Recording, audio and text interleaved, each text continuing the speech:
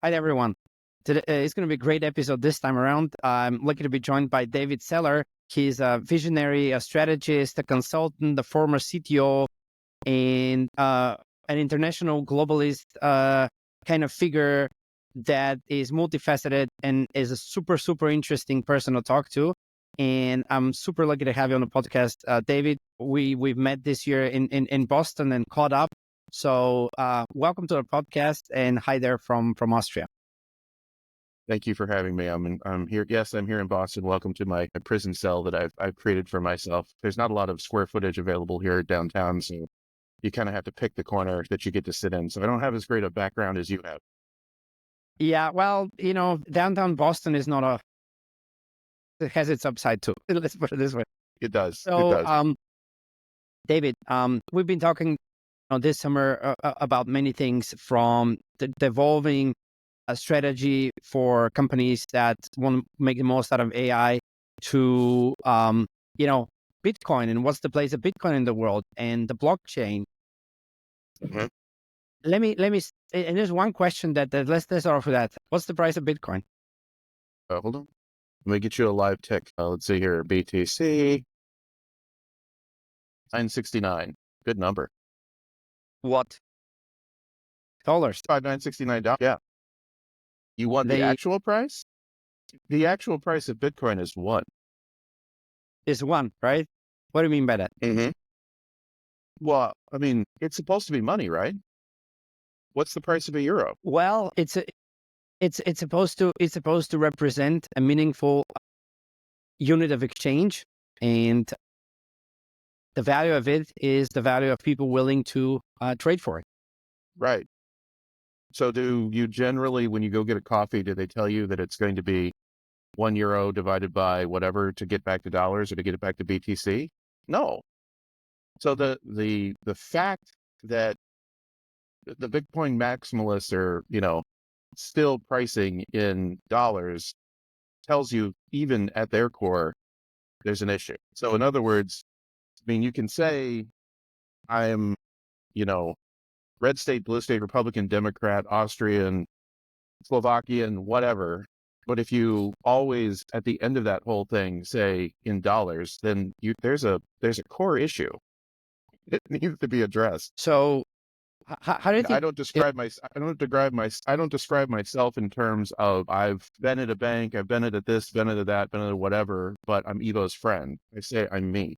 So if you believe in BTC, right, I have to basically say the price of BTC is one. Great. That's a great way to look at it.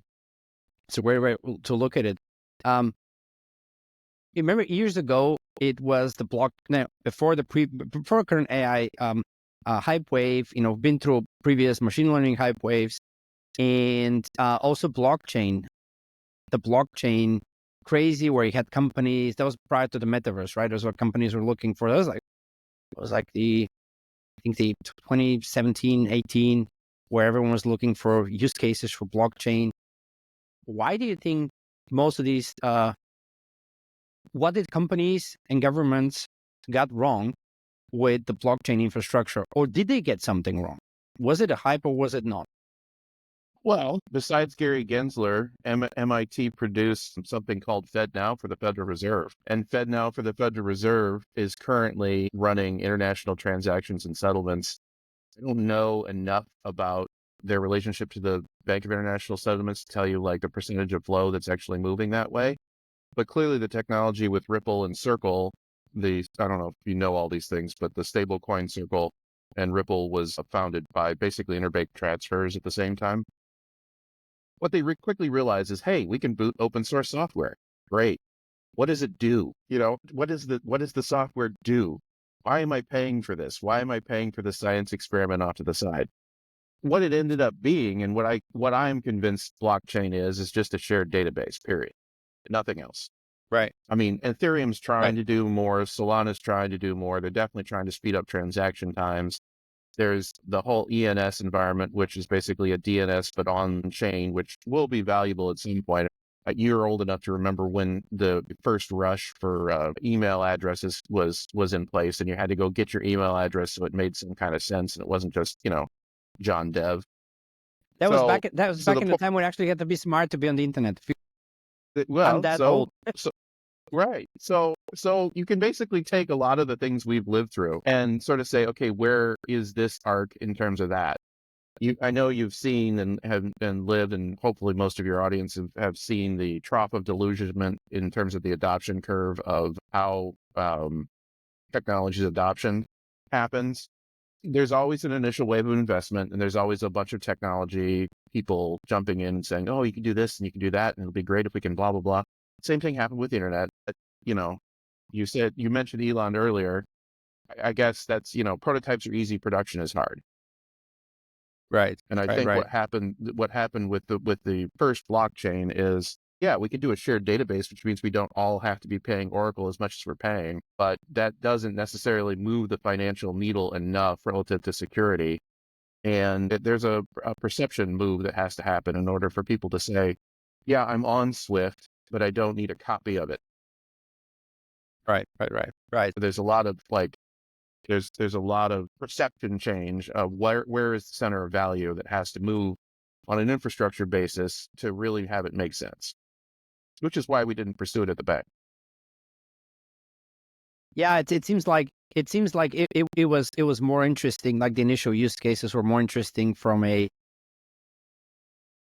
cross-bank cooperation, government level cooperation,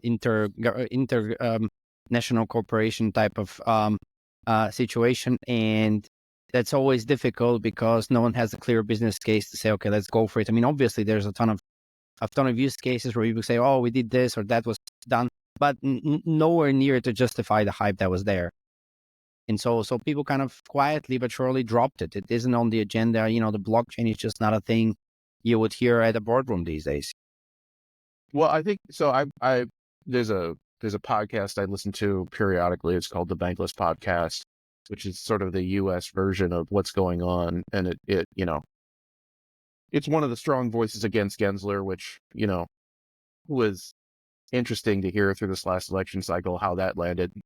But the institutions that sort of deliver the first version of technology have to be deeply plugged into sort of the center of the universe in order for things to matter. So the fact that FedNow is running the way it is means there is a use case for it. And the Bankless Podcast refers to the fact that on each of the different layers of chains, there's different settlement quantities, which mirrors exactly the world of payments today, where interbank transfers and international, the euro dollar market and blah blah blah all happen at different settlement layers. And so I think there's an initial value, and if the pattern of sort of banking holds true, which is the the military had the internet, then the banks had an internet, then retail got an internet. It's So always with these technologies like this, right? But it seems like the right. AI was the other way around. It's first that the consumers got it, and then everyone else. At least it feels that way, right? Was kind of a reverse from what No, the AI. not true. So Not true. Snowden's NSA was essentially an AI equivalent that could search anything all the time, fully indexed. Huge amount of compute power, huge amount of wildly not efficient in terms of whatever. And then, the algorithmic trading of the, 2000s to 2010s, that was a wave of digitization that hit trading desks, is arguably a version of a specialized AI. You know, I mean, I remember doing rules-based trading in during the financial crisis.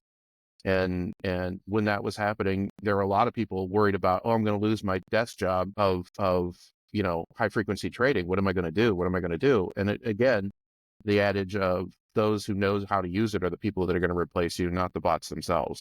And so then, when we met, I was telling you, I saw it. It's definitely going to go retail. It's been going retail. I don't think that cycle's played out enough. I think there's a lot going on, but you have to go back to how did the previous cycles work in order to kind of plan how this cycle might work for you and for your organization. Right, right, right. One interesting thing we've been discussing earlier was how to what extent does the individual organization investments in, like, you can invest individually in AI and develop your own custom stuff, or you can go for ready-made agents and wait for to integrate ready-made all large chunks of software that has agentic AI functionality, and then build it into the core of your process. And it's always the decision: should you build a custom thing, or should you go with the standard? What are your thoughts on that from a first principle perspective, as someone very experienced in IT management in general, like make versus buy? Generous. You're very generous. I guess so. My perception of it is in terms of make versus buy, because I've been making those decisions, since I was raised in a factory, and we had to figure out what we were going to, spend our capex on. To me, I think the short answer of it is, if you've looked at the RAG models for AI, that I think is the current industry view on how do I make it matter to me. The secondary, okay, great, RAG exists. The secondary thing that people are slapping on top of that is, and Google Cloud's got it already. I know the other two clouds have it as well, which when Google gets it, you're sort of like, okay, this is going to become a standard thing. Is to do the maintenance. So, I mean, you think about, remember the department size we had of just people who clean the data, and the ETL jobs we had to do to shuffle, pick it up and put it down. Like, yeah, it was, I mean, your classic data wrangling, data shuffling, especially the handovers from this, from that. It was almost like a computer game. Right. But I mean, think about it. Like when we, That was no fun. when, I'm yeah, sorry. well, I mean, it was fairly low value add in terms of like customer perception. 100%. The customer didn't care at all and doesn't care about something like that. Right. So that means there's a very high opportunity to drop the cost of that work, at least from the customer's perspective, and probably from the margin perspective, if you can. And the question is how do you? And I think, the cloud services that you're seeing, will do your data maintenance, will do your data cleaning. But I think beyond that, the more interesting one that can be done by a cloud would be to add new sources. So we had, everybody in the business wanted their own view, which if you get into, we did the one man's fact is another man's dimension on the star schema in the snowflake schema when we were doing that eponymous software. A lot of people come together in an organization to bring multiple views of the world, and views of what's necessary, and views of what's priority, and views for the customer, blah, blah, blah, and the financing. And to the extent that a RAG solution could bring in new data views that are differentiating, that are that distal dimension on the star schema that actually matters for a period of time, be it a rate inversion, be it just sticking with the banking reality, be it, a neobank coming on board and how many customers are coming across, to the extent that a RAG service can add those dimensions and inform your operators inside, that's differentiating. That's huge. To the extent that RAG service is a more efficient way. So here's an example. My wife, married to a marketer, needs to know the segmented, how many of these do we have for that, in our current customer population, blah, blah, blah, dimension. And it's a bit like reporting to the CEO. Here's how your P&L looks. Here's how, I mean, she's my wife, so she is the CEO. Here's how your P&L looks. Here's how your department's running. Here's whether or not they hit their KPIs. Same deal when you're trying to segment in terms of data. Same deal when you're trying to segment your customers. Well, that's not a big enough lead list. Let's flip this dimension, add that dimension, go a little bit further, et cetera, et cetera. The catch there is she doesn't want to learn SQL. Why? Because it's not her wheelhouse, it's not her skill set. She doesn't want to become a programmer, and it's not in the culture of a marketing empathetic environment to be a programmer. And so you have historically handoff between somebody who can and somebody who thinks about the customer that could theoretically go away with a nice LLM on top of a RAG. Right. Especially if the data baked into this LLM already encapsulates a person like that times hundreds of thousands, tens of thousands, probably not hundreds of thousands, but tens of thousands, with all of their millions of interactions with different pieces of software and what they're doing their job. And then all of a sudden that standard job is largely automated, and not to a co-pilot perspective, but to an autopilot. Right. And I think one of the things she talked about, same thing we talked about at the bank, was moving from sort of a batch and blast approach to impressions in terms of generating a sales funnel to, the journeys, moving from, spray and pray to full, evolutionary journeys, which, by the way, how is that not a microcosm of education? And what's the gold standard of education? A one-to-one tutor. And how are we going to achieve that as a society? With AIs, with LLMs. So, you take that cascade and you go, okay, so that's the end game. Begin with an end in mind. Does it break the laws of physics to have a one-to-one tutor? No, not if it's a computer mediated tutor, right? So if it doesn't break the laws of physics to have a one-to-one mediated tutor, how do you drive out hallucination? You can't handle it as an organization. That's why most people are on Anthropic that are, in some kind of an organization instead of being on, yes, there's a Microsoft mediated Copilot, but, one of the reasons why the science is happening over at Anthropic is because they're putting in kind of corporate level guarantees to their model, and putting in corporate level guarantees to your model separately as its own feature. Clearly Microsoft had to do that with Copilot, and that's why it's different than OpenAI.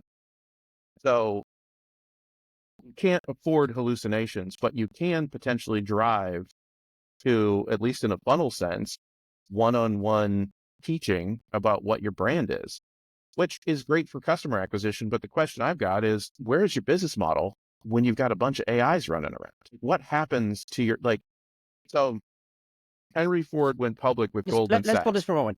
Let's put this for a moment, because this is the topic we kind of go on tangents, but I love this. So let's take a step back.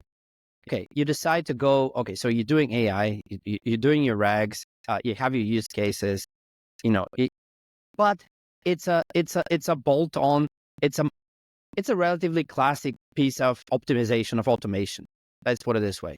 It doesn't completely change your business. It adds a couple of things here and there. Okay, maybe for certain use cases it might be bigger, but it doesn't fundamentally change your business model. But what you're referring to, the next step is when we reach the point where you have multiple AIs running around. When you're hiring AI instead of hiring real people for certain jobs, and integrating them next to the humans, not just as a piece of software, but as a piece of software that interacts with other software in a way that other software wasn't made. So it has the intelligence to work with it, and do stuff with all decision capability. Then you have a bunch of AIs running around. Now, does that fundamentally change the way your business operates? Absolutely. Is it great? It's amazing. Now, the question is, where do you start and how to think about it? If you really are in a business where your processes are conducive to something like this, where do you start? How do you think about it? And this was exactly the segue into what you were about to say about how do you think about your business model when you have a bunch of AIs running around? Yeah. So again, and I think a previous conversation we've had, It's always the one that we didn't record that was better. It's always like that's with why this time we're trying. We had a. So just think someone out there is going to be listening to this on 2X, and they're going to be like, "What did he say?" And they're going to have to Anyway, so if you look at the cycles we've been through in terms of technology rollout, et cetera, the AI would be doing a job as it's perceived today. Tomorrow, it would be perceived as an AI mediated workflow. It would not necessarily be a job. When you think of going from, paper to computer, local computer to network computer to website, remote, oh, hey, we're shifting the compute away, remote website to, oh, we're going to go mobile, we're going to put it in your pocket. Now, even in your most private moments, we're going to be able to reach you. To, just the fact that you and I are currently having a live conversation with video on two hemispheres of the planet. If you think of what might happen when you start putting your RAGs and AIs in place, I think naturally you're going to want your biggest cost, humanity, to bubble to the top in terms of value. And when it bubbles to the top in terms of value, it's going to be most likely to mediate relationships with other humans, not necessarily other bots. So if you look at the trading floor, when the trading floor went fully bot, okay, before the financial crisis, there were a lot of people who remembered having to smile and dial and out. You can watch the movies, smile and dial to, get that doctor on the phone to be able to try to generate one trade. There were a lot of people who remembered that. During the financial crisis in 2006, 2007, the infrastructure was already installed to be doing high frequency trading at picosecond levels if you were moving enough money. It wasn't retail, but if you were moving enough money, you definitely had access to it. When that was happening and the capital structure changed due to the financial crisis, I saw a lot of people who kind of were infrastructure to that environment get removed or reassigned or reallocated in terms of the economy. But the people who had the highest value were the people, and the people that they were spending all that newly released money on were the people with social networks that could cause the kinds of transactions that business model had to occur. So the most valuable thing during the financial crisis was the guy with huge networks to be able to drive transaction volume. Right. Fails. Surprise. Although I must say, sometimes you'll be interaction bot to bot. Interesting thing because now you can actually get interviewed for a job by an AI, and then someone figured, well, just create my own avatar, and I'll have my bot talk to your bot, and they can go figure it out among themselves.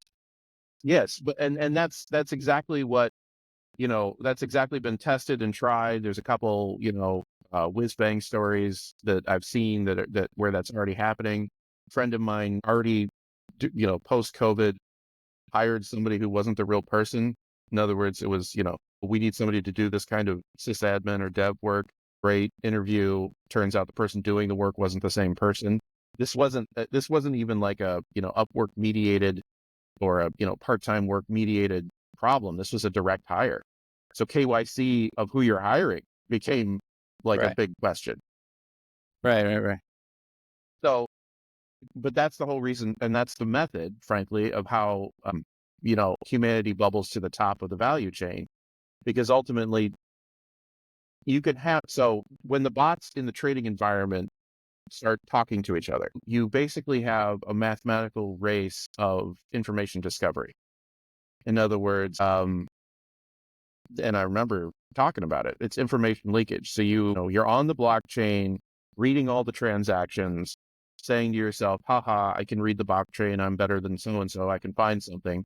And then very quickly, you get to hidden Markov realities where you're pulling data out, and then everybody is, and everything's competed away. And so very quickly, you find that you have to have it. It's a utility you need, but it is not something that differentiates you. In other words, you can't run the business without it, but it doesn't make your business hum. So, that's the story of technology generally. You can't run your business without it, but it doesn't necessarily differentiate you. Every time I hear the story of technology in general, people always tend to think that, this time is different, right? AI is changing economics in a way that, this time is different, right? And jobs will be lost, everything is horrible. And I'm thinking, no, like you said, now it's a job replacing a person, but then it's just an AI mediated workflow. So you wouldn't think of it like that. And that person whose job got, replaced are going to be doing something more valuable. Maybe not tomorrow, but, a couple of weeks after that. I know it's a controversial thing to say, but that was always the case with technology. And I don't think it's any different now. So I completely agree with your point. And to be something I'm generally not, which is more empathetic, I would maybe say, you were known to be a very easy person to work with, someone who takes feedback, and just like as every person with major ideas and great vision, they were very interested in everyone's opinion and valued it equally. And so I must correct you here. So to take that view, which does not naturally fit me, this time is different. You know why? Because you're living through it. Period. Right. Exactly. Now, because it's your experience, because it's your chance to change the world, because it's your chance to participate, because it's your individual experience. That's what's different. If you do enough, relating, studying, when I was younger, believe it or not, I was at one point, I found it most effective to progress through my career hanging out with the old guys and putting up with them talking. Which, by the way, whoever's listening to this right now, that's what they're doing. They're listening to some of the older guys, putting up with them talking. And the value of that is maybe, shortcutting a couple learning cycles, maybe getting slightly ahead of the change curve. But, you have to take what's being said with a grain of salt, a little bit of ambiguity, and apply it to your specific conditions. But ultimately, there are a lot of gotchas out there. There are a lot of gotchas of doing a science project just for the experience of it. I mean, I was looking at one of the blockchain groups out of Berlin yesterday, and, all the engineers are now researchers. I was like, oh, we've gotten that far. The engineers are now wanting to be researchers because instead of being a complete cost center, they maybe could be something that could be capitalized as a researcher versus just being a OPEX as a Mario and maintenance Luigi engineer. plumber. Yeah, Exactly. right. So Right. anyway, if we get to that point where the science or the engineering has progressed to the point that, you need to be on the science side of the engineering in order to generate any kind of value, that tells me something about the arc of software engineering, especially when, me spending the time I've spent, everything's AI mediated when I'm fiddling around with software engineering. My original engineering degree is in mechanical. I, haven't been software dev in ages, but now that the AIs are out there, this is just like when I took on 3D modeling, because everything was on blueprints and 2D modeling before. 3D modeling just made more sense. It's the world that we live in. And so you would sit there and you would build product with 3D models, and the 2D engineers couldn't handle it. They didn't understand what was going on. It's why the compiled languages on top of C exist. They exist Right. because you need that abstraction to make more value. Now the abstraction is AI, and it's going to go out there and scrape Stack Overflow and give you the copy pasta that you want. So great. Now it's a great time to learn how to do that and then ride the curve of efficiency up. But again, you really got to pick your battles in terms of what you would use for AI or RAG or whatever, because it's got to be in a place that's right for demonstrating the value. You can't, build the best robot and then have it sweep floors. It just doesn't work. You have to have a It good doesn't work. robot that can serve drinks to people to make people say wow, and then they're going to evaluate it versus the human bartender and whether they want the human bartender or the robot bartender. Whether or not and that's capital investment. That is a lot of capital investment to be sticking out there in front of that retail experience. And for those who don't know, I'm referring to the robo reveal that Elon did not that long ago before he caught the rocket. It'll be interesting to follow. Mentioning that, would you care to comment? We discussed about the value of looking at Poly market, right, and how the the election results were very very very accurately predicted there, and there's a lot of people that made money through the arbitrage on the betting markets versus the pollsters. And you had a couple of interesting insights on that. How would you comment on that? So one of the reasons why people look at new asset classes in finance is because they're not as heavily regulated. And so therefore you can get more signal versus noise. You got a lot of noise, but you can definitely get more signal out of it. Poly market set up a time dependent marketplace where everyone knew when the trade was going to settle. Okay. It was either going to settle on the 5th, the 6th, or the 7th period. It was going to end. So they kind of design a market that's not meant to be perfectly priced, meant to be whatever. And then they set their spread and they say, we're the market maker, we're the house, we're going to make some money off of this, and we're going to run a casino, but it's going to have an end date. Hopefully we, don't run afoul of regulatory before the end date and we don't get shut down and we have some fun and we keep going.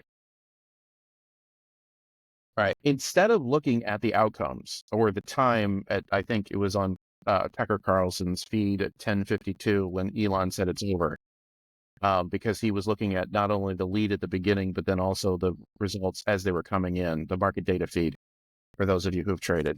When you look at how he's processing information, how the information is being processed, you're like, okay, what people are doing is racing to try to get the best possible signal that they can, instead of waiting for people that are being disintermediated, if you want to call it legacy media, whatever you want to call it, the old processes, the old batch jobs, they're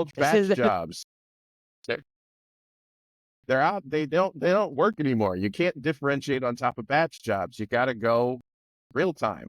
So that's what Polymarket did. They basically made a market data feed that fit the Twitter lifestyle, or X lifestyle. And in the process of making that market data feed, you got to see sort of how market makers engaged in it. And so when I woke up the next morning, because I didn't stay up for the call, but Bitcoin is priced in what now?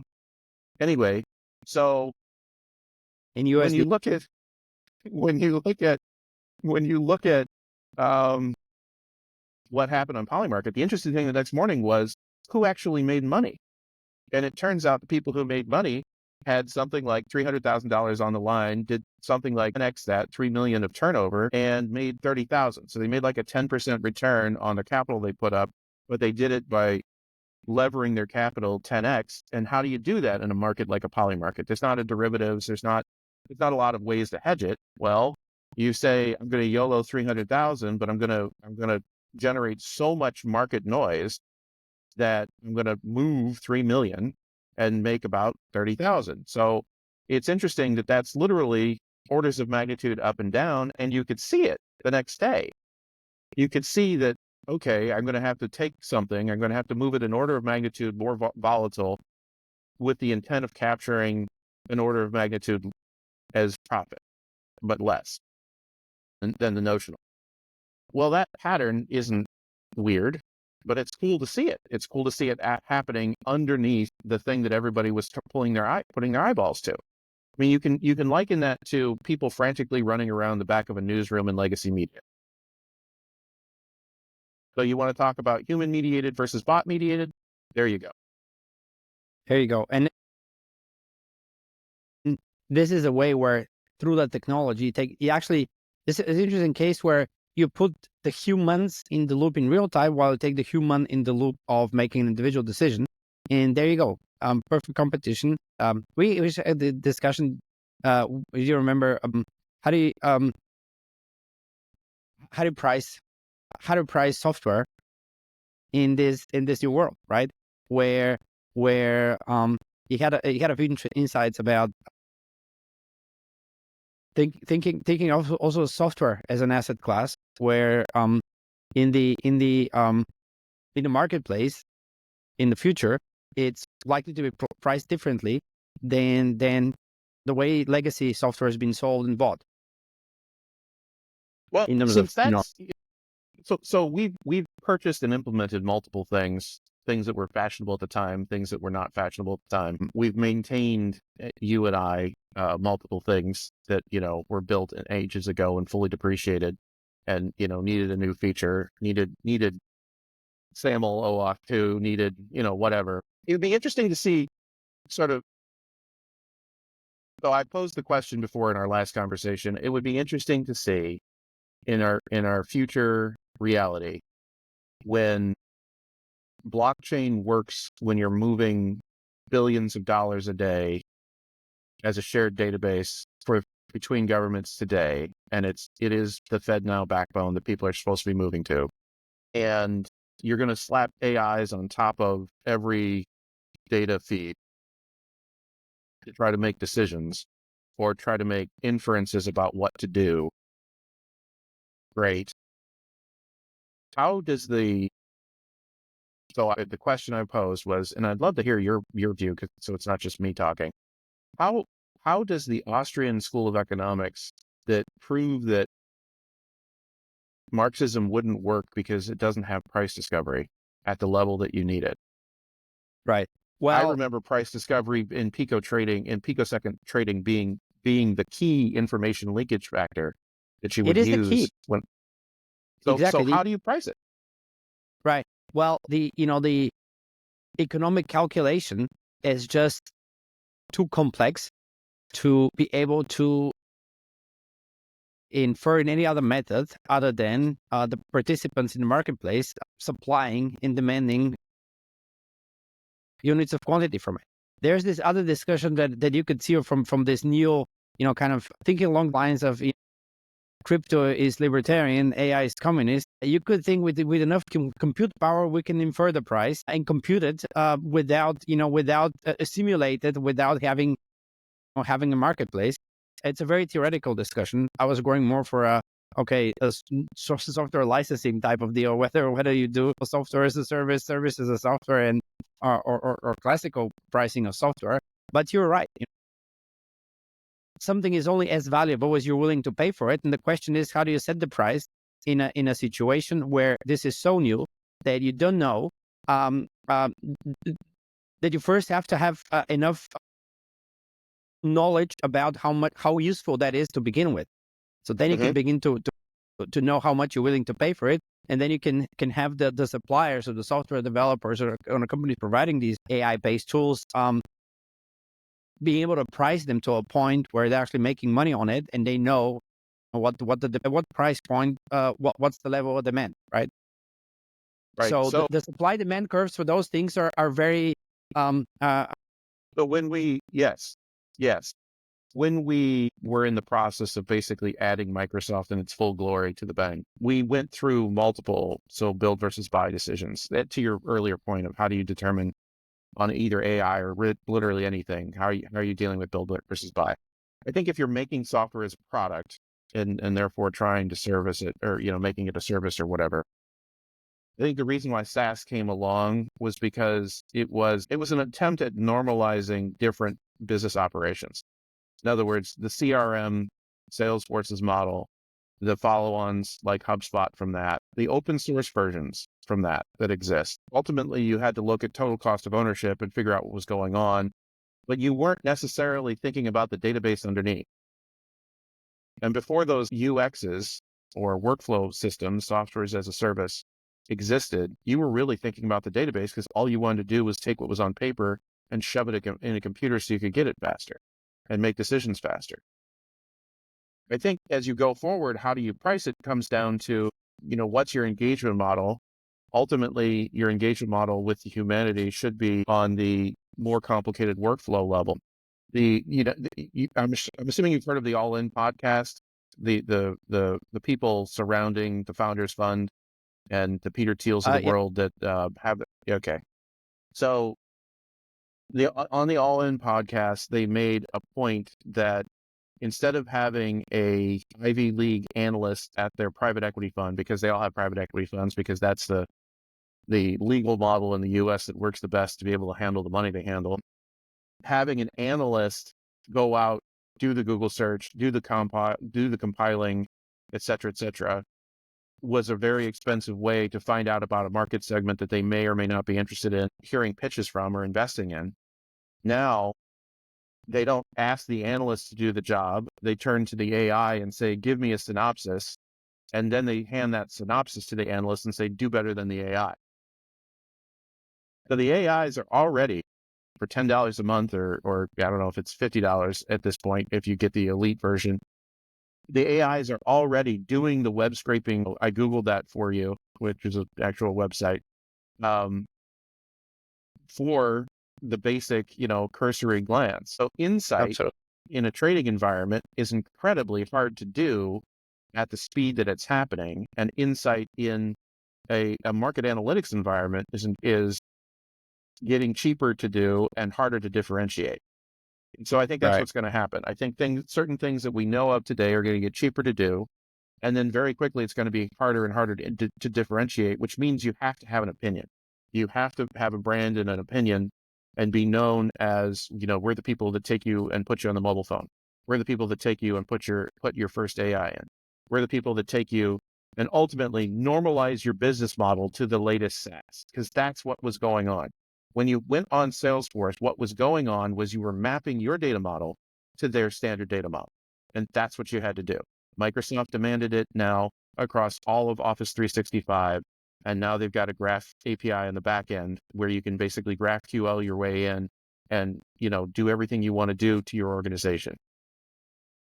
Having those standard data models is critical. The trading networks that run at picosecond run on a protocol called FIX, FIX, and that protocol is publicly discoverable, but you have to have key items in the message in order for anything to make any sense. You can't just have message fragments. Right. It's a weird way to look at how the whole thing is accelerating to a point where CIOs that used to plan in roadmaps, in longer term roadmaps, in things like that, now have to think of more like ecosystems and exchangeable components, because the speed is accelerating so much where you can't really afford to manage the IT and the software assets in a way and integrate them in a way that was done just merely 5 years ago. 100%. We were living through everything's got to be modular, everything's got to be an API cycle, and that meant that the traditional, monolithic stack of here's my database team, here's my network team, here's my UX team, and we'll divide that by, each sales channel, so that way the sales channels get enough help. And then here's my, internal apps, or basically the people who handle SaaS team, whether you have to build your own SaaS or whether you buy it. Ultimately, the big reason why MIT has been pushing systems thinking as like a branded thing you could pay tuition for, it's because essentially they're restacking. It's reshuffling. People are restacking, and having a simple SQLite database sitting behind a web app is free. It's not nothing. It's free. You at some point take a decision to branch out and build new components in a different way, and just remove old legacy components, even if it costs you killing a process or two, killing a product or two, where they're no longer especially needed. if it does that, like you want to.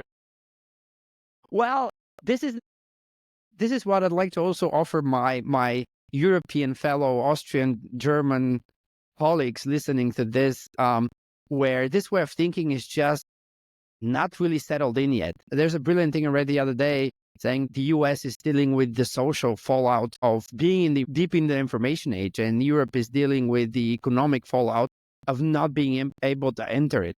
And this is precisely the way of thinking that prevents us to enter it, that makes us still stuck to the on-premise systems, into the whole, there's no need to touch it if it works, but that will not get you there. You shouldn't be thinking that you're doing something that's cutting edge.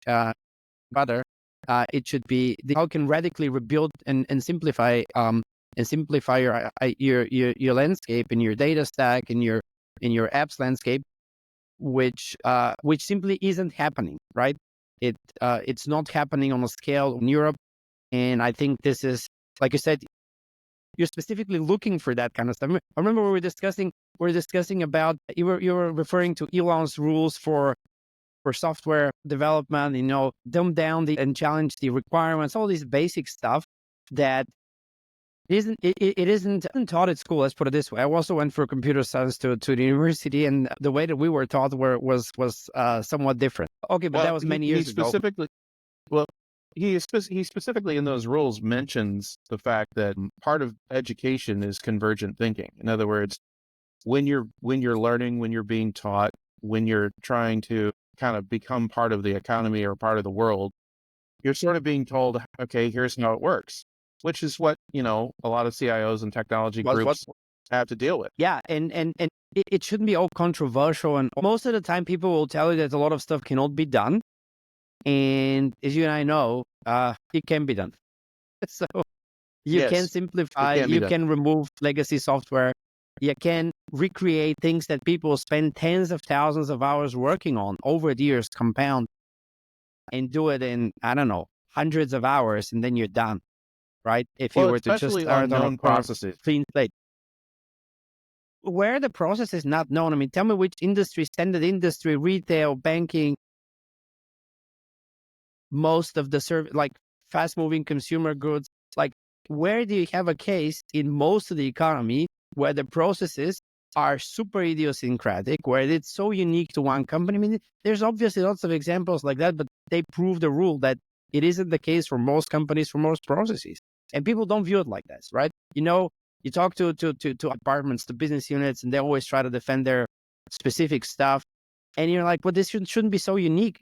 Let's say if it's not our core business, you could definitely use a standard process and thereby radically change the way kind of software that you need and adapt to it, right? You always have this tension between the IT providing for business, and most of it is like like a service function. One IT serves many business units, and they're the king, and IT is just the door. And that's great, but that doesn't change that. Like this kind of a relationship between business and IT, doesn't move the business ahead, right? So it just stays stuck into the past. And by putting IT into the driving seat, where they also have a skin in the game, you are in a position to change processes, but it certainly requires a different style of thinking. The fundamentals of what we did when we were doing it were, if it doesn't make investment sense at the current cost of capital, we're just not going to pursue the project, period. So the current cost of capital is known by the organization. I mean, I had a relationship with a couple of the colleagues, and I, literally would go to somebody who was a decision maker and say, what's your rate of return you're demanding today, as the rates were going up? So the rate of return, I wouldn't go to the board and present anything more than 16% was the initial bid that you could get. And maybe this is easier to do in a bank because the awareness of cost of capital is higher. Ultimately, I think that's what you need to do, because ultimately it comes back to sort of the rate of return of whatever you choose to do. Whatever you choose to do is going to cost money, and it's going to be an initial upfront outlay for potentially and hopefully a lower operating run rate later. So if you look across your opportunity set and don't see a way to realign a third of an FTE here, a third of an FTE there, FTE being full-time equivalent, a third of an FTE there, and get a full FTE out of the situation, then maybe you're not looking at the right project. If you're looking at a new market segment where your revenue model is going to try to branch out and have a new customer base or that's an opportunity to throw a new process in. And if you can deliver it, I mean, you have to be able to deliver it, because otherwise you're going to tank the whole play in the first place. But if you have that opportunity, because that's what we ended up doing when we were trying to go mobile, we introduced a whole new culture, a whole new method, a whole new way of doing things. And there was a lot of like white knuckling near the end, where the demos were working, but production wasn't running yet. And we were white knuckling our way, across the line. But when we got across the line, it radically shifted sort of how we engage with our customers. But, that's the nature of technological waves. It'll shift how you engage with your customers. But if you're looking at an opportunity set and saying to yourself, I don't see a way to, fundamentally reshift, then it may not be the right fit. And maybe you're also not able to appropriately set the goals of what you're supposed to be delivering. So you're supposed to be delivering return, period. I mean, welcome to the economy. You're supposed to be delivering return to, your society at large, maybe through your capital holders, through your title holders, through your management, through whoever, but ultimately you're returning value to society. So if you can't set a goal that says, by the end of this thing, I'm going to, reshuffle these FTEs around, get rid of this make work that's really annoying, improve this associate's ability to go to school because they have the time to go get that degree they wanted, or ability to level themselves up, then you're maybe you're looking at the wrong project, or you're having a hard time finding projects, in which case I'd say call Evo and get him to assess your environment for your so that way you know what to do. Exactly. And that's a super great insight also when people think about AI use case selection. How is that any different from any other investment decision in an IT process you ever had to do ever before? There's nothing about it that's different, right? And all of that advisory by, going around for, we need to select use cases, this and that. Ultimately, it's just, you just have to be more focused, cognizant of the technology, of course, and what's possible, what's not possible. But it's the same game of comparing your expected rate of return to what you could deliver, right? And what you will deliver and how you're going to change the process. And since rates have gone up, that's been more stressful and painful. It certainly has been. There's the whole thing around, there's more demand for software than ever, but it's the requirements have just gotten higher, right? So you have individual projects are under stress, but there's just more of them. And it'll be interesting. It's like, once, the economy recovers, and by the economy, I mean the Austrian and the German economy, which, have been in the biggest, well, they've never been so bad ever since the Second World War ended. And so we're just waiting to see when we bottom out, because we're not there yet. And once we do, I have a few, obviously, just like everyone, have a few assumptions and hopes of where that might come about soon. But once this happens, it's like a sine wave, right? You're going to have also an investment frenzy now. You're also going to pursue projects that are more risky, and probably, especially risk-adjusted, return that you can expect is lower, but you still might want to go for it. And it ties to what I like this term meta-modern. I talk about it a lot, that we're entering this meta-modern age also in the software, where you would have, the legacy software, the COBOLs, the AS400s, that we maintain them, they still run. And you're going to have the postmodern, microservices, agile type of blah, blah, that, that just was like, that there was a lot of it, and not all of it went great. And you're going to have this newer serverless, AI-based, ultra-modern, hyperscaler-driven, software components.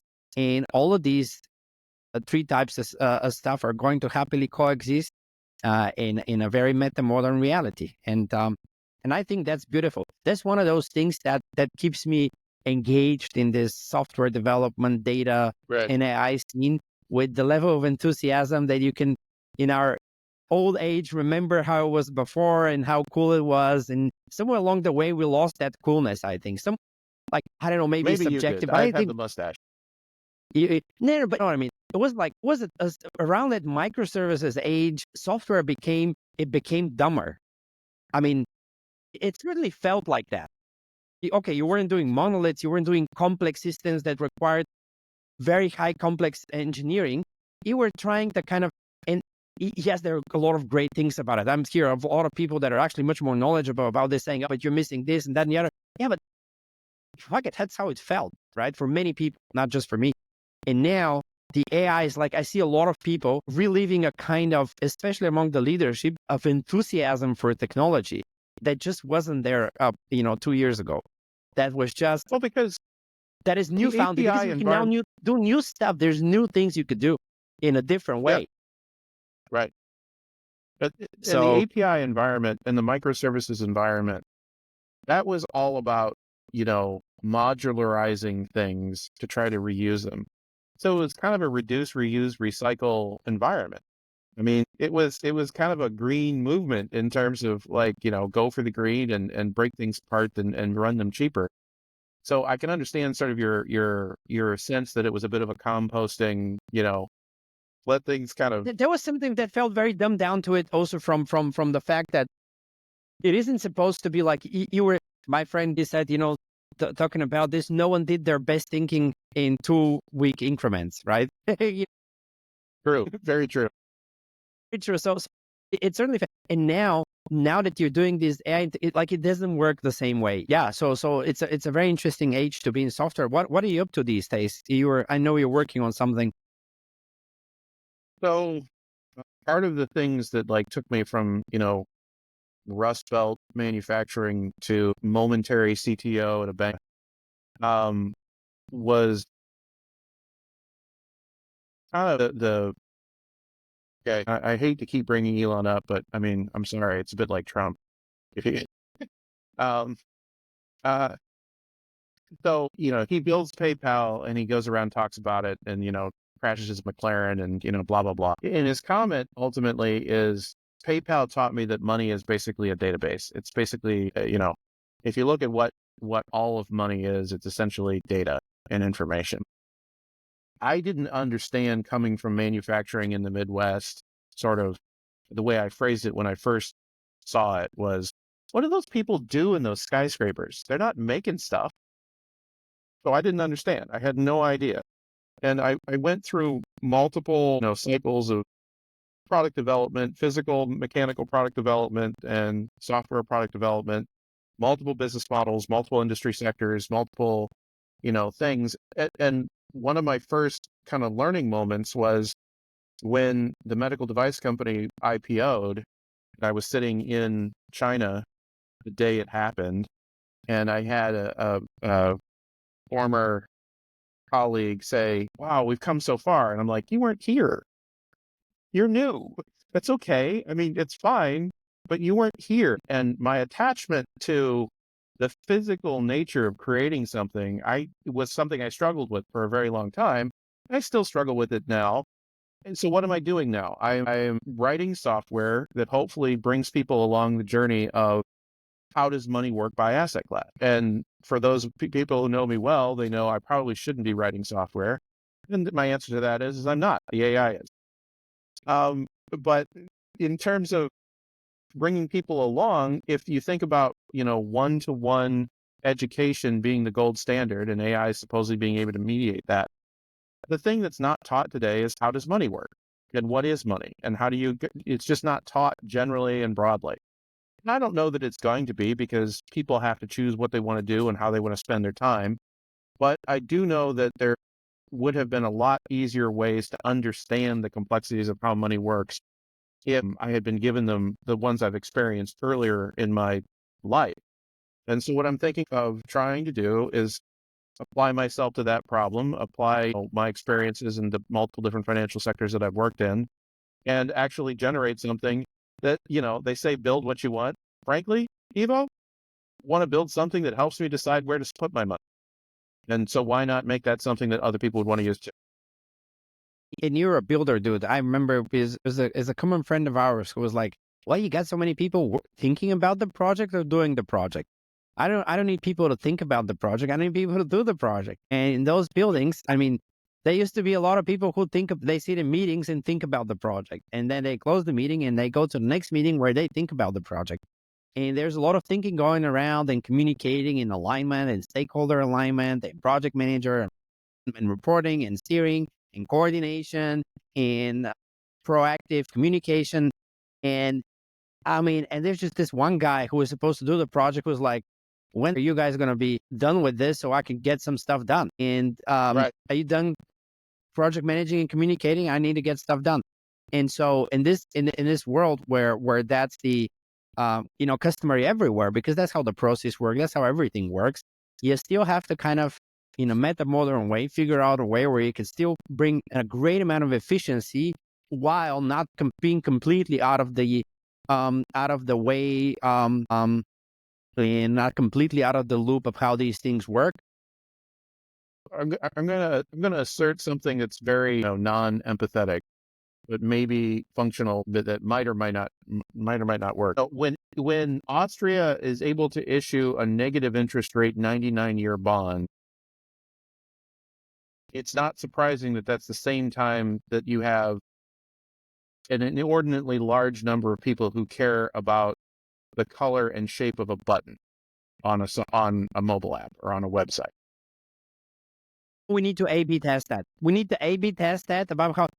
Who cares how the users will react? I don't know if I told you the story like about my best customer experience ever was with a bot. Have I ever told you the story about this? Go ahead. Best, you can imagine. So, two things. So, first of all, one of my proxies in life is if you really ever have to talk to a hotline again, you haven't made it. If you think you've made it in life in terms of economics, have you called a hotline in the past 24 months? Yes or no? If the answer is yes, work harder. You haven't made it. I'm sorry. Yes. You got stuff to do. Yes. And so coming back from that, if let's say you're from like us, one of those working class people that just do, stuff, and sometimes we have to talk to a hotline. And my best experience, customer experience ever, and have also experience working around the world in Western Europe and in Austria. And it's like, okay, where's the best customer experience I ever experienced as a customer? And it was actually with Starlink, with SpaceX. So I was installing the company was installing the photovoltaic Elon, the Trump of technology. and the hole in the wall that was used for the cable for Starlink, because I have Starlink up on the roof, we just used for the cables for the inverter.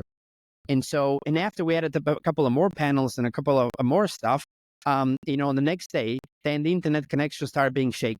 And I'm like, okay, maybe we messed it up. And so, but it's like unusual because it didn't fully stop. So I go up on the roof. I see that, okay, it's plugged in. I mean, it's a trivial device. Anyone, anyone can set it up in 2 minutes. And then I'm looking at it. There's like the bug log in the Starlink app. And it's like, okay, that's not conclusive. It's reaching something. It's got some traffic. So the only way to contact these guys, there's no hotline to call. There's no representative. There's no locally approved, authorized, technicians. Nothing like that. You got like a super dumbed down box, like an ugly, monochrome box with a button. That's it. There's in the app. There's not even. And so Rode said, guys, I don't know, maybe maybe we messed up the cable, but there's still internet. Can you help out? And I'm like, I have to figure out an alternative now because I don't have any other internet option. And so I climbed down, and a couple of minutes later, there's like a notification from the Starlink app. And here's how it goes. I was expecting, okay, some support person will start chatting with me. Did you try turning it off and on again and all that kind of stuff? Are you sure about this? Show me a photo of that. Show me this. It's kind of like, And I was like, but it reads the following. First of all, thank you for being one of our very first customers in Austria. We highly appreciate it. I was like, thank you so much. And you're a very, very customer. Secondly, we looked into this, and it seems like the problem might be with your cable, but also we see that you're using the first generation Starlink. And now we have a second generation Starlink hardware that is much cooler, better, and probably will work better for you. And it's faster, and it consumes less energy, which, by the way, was a problem with the first generation dish, because it's like, I don't know, it uses 200 something euros per year of electricity alone. And by the way, we decided to ship it to you free of charge. So you don't have to pay like 600 something bucks for the hardware again. You can keep the old one, by the way. And so in the same message, and here's the DHL shipping code. It's already been shipped out to you. It'll be there in about 36 to something to 48 hours. And we hope that helped. Ticket closed. Mic drop. Like I've never, like there isn't something like, did you try this or that? Okay, we'll help you. This kind of what you get with Amazon or some of those things. And you're like, oh, great customer service, but I still had to go through the pain of communicating, of doing. And you can imagine the level of automation that went behind this thing. It's shocking. Like this whole thing was like, you can imagine. Right. So take the whole thing, take your whole experience, and imagine sitting in a business where you're CTO, CIO, whatever the heck, or even just a senior director, trying to figure out, what do I do next? Imagine typing into an LLM today, hey, how do I delight and surprise my customers? And it's connected with the RAG to your data model, to your service department, to all of your complaints, to all of your audio files that have been mapped into language, to blah, blah, blah. What do I do today? Is it going to do the 4 steps that you were delighted by there? Or is it only going to do the 1? Maybe. Is it going to hallucinate a problem that doesn't actually exist? So in the end, the human is capable of delighting like that and saying, here's the new journey. But the stretch for the software is way longer than it used to be. It's not, 4 handshakes and 17 APIs. So maybe the reduce, reuse, recycle API generation of software was good because you can intercept the messages between one endpoint or another and short circuit and rewire your business. And if you can rewire your business and say this logic circuit can also go over here or can also be heard over there, again, you know how much I hate batch cycles. As long as it's semi-live, you can start rerouting journeys and potentially removing processes. Because, in a traditional sense, the process would have been what you exactly described.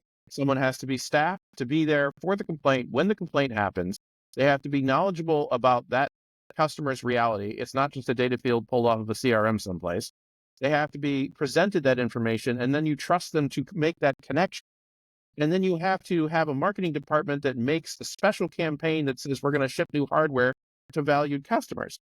All of those things can be mediated by just routing the message in a different direction if you know that the total lifetime value of the customer is worth the next coupon. If that's what it is. You are basically being given a discount because of the future cash flow. Right. But the interesting thing is not only that, it's just that if you were talking to a human, normally, even if they were if they could help you in great detail, they normally wouldn't be able to make the call and say, okay, we'll set these actions in motions. Whereas an AI steered process can be connected wherever you want it to be along the chain. It could do everything for you if there's enough value for the company. And so that's the magic of it, where you actually not even talking to an AI, just get an AI response, but it was so good that it felt like you talked to someone who's your best friend who helped you out. Right. So that's really the magic of it. But so they were able to put a semi-human face on what was very much not human mediated. And when they put a semi-human face on that, it delights the customer. But the logic behind it. So one of the things we dealt with in terms of security was always the threat of an internal actor, that somebody internally was going to come along and game the system. Well, when you have most of your processes in code, and you can rewire them because you can intercept messages and rearrange them quickly, and you're doing it from a code basis, an AI code basis, a RAG code basis, an API code basis, whatever. You can do things where you don't have to worry about internal threat actors gaming the system and sending Starlinks only to their cousins, or only to a buyer who's going to mark them up and give a kickback. You could do different things because you're more directly tied specifically to the customer. So you can take bigger bets. You can make bigger discounting plays. You can do better on customer acquisition as long as your customer flow is actually mediated properly in terms of your tech stack. So it's possible. But again, you have to find that value. Exactly. And the customer lifetime, like 100%. So if you go back to the example, like how many, like, first of all, okay, the troubleshooting automation, figuring out, the lifetime value of the customer, being connected to, DHL, to even if something as stupid as that. I mean, you gotta have that, having the process in logistics in place to actually, after that message gets sent and you get I think the whole wait, honestly, I think the waiting for 3 minutes to get the answer was basically the DHL API that had to generate the airway bill. So that was basically the waiting for, most likely. And so, and it just, you go all through all of these things, and ultimately there's a great resolution. And that's why you have these massively loyal customers. Same as like when you had problems with the Tesla where you actually write the app, same old story, and they actually try to troubleshoot it remotely. And if in the absolute worst case, nothing helps, they actually come physically to your car and fix it on the spot. So there's no need for, so all of that is completely rethinking that. Every company, I'm guessing, listening to this, is you can try to be bold and go beyond automating something within your department, but kind of think through the entire customer lifetime journey and combine the elements that would make their lives easier, that you just are not doing right now. That's just not how it works with telecoms, with banks, with pretty much anything classical. You just don't have that level of service, even though you could individually say, well, I could have the technology to provide a level of service like that, but you just ain't doing it at the moment. One of the gaps, and I think maybe this applies based on our experience when we were there working to get together. And yes, we were in a U.S. mediated or U.S. owned or cultured company in the middle of the environment. But I was very impressed by the willingness to support startups and invention in Vienna and in Austria when we were there, because that was amazing. It was very healthy. The university, Vienna Technical University, and they've produced amazing things. And I don't think, the current situation does not count out the culture, period. So that said, I think if you look at what happened when it went from paper to computers, and computers locally to network computers to web pages to mobile, the average individual required a shift in cultural thinking about how work would work. What?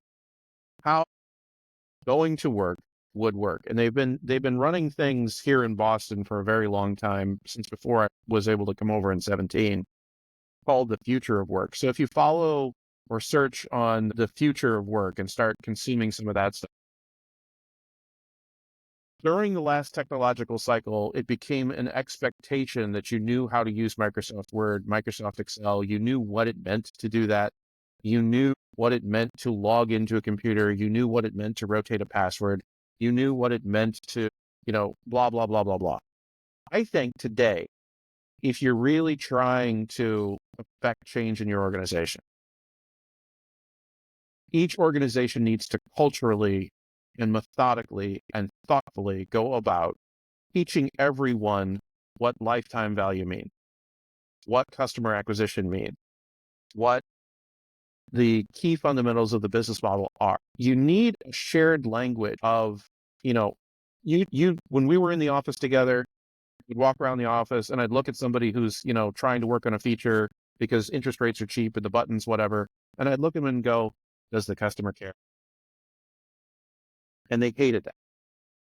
Well, they absolutely hated that. This was a very proper cultural fit. Everyone appreciated it highly. I can tell. And but it's just a different way of thinking. And there's a huge disconnect and the difference between the skin in the game and the expectation of the development teams, and how if the whole software development culture runs like this around you and everyone who works there works like that in the past, you can't. The interesting thing is you can I'm absolutely certain that you can take, and this is also what the book says, you can take the culture that you'd like to run and you can drill it into your teams. You can do that. But the thing is, it doesn't happen overnight. There's a lot of frustration along the way. Not at all. I think we're running above our time slot, and we could talk over hours and hours. Are you in stealth startup mode at this time, or you just like to share something around your venture and with the software at this time? How can people find you? They can link with you on LinkedIn. Yeah, LinkedIn. Yeah, I think I customized my URL to David C. Zeller. So that's the best way to find me, to the extent that you want to find me. What I'd say is ultimately what I'm building now is a case to bring to the blockchain and bring to finance sort of what is obviously needs to come. And I don't want to necessarily do it with a bunch of levered capital at this moment. I'd rather just generate the value and set up a marketplace. Awesome. So people will find out more about you once you get out of stealth mode. And David, it's been amazing talking to you. And I'm sure we can have a follow-up there. I think we can pause it now at 1 hour 20. It has been an amazing discussion with you. And I hope everyone else enjoyed it and got some interesting bits and pieces out of it. Certainly very contrarian and very visionary from your side. So thanks a lot, David. And thanks everyone. Cheers. Thank you so much, Ivo. Thanks for having me. Cheers.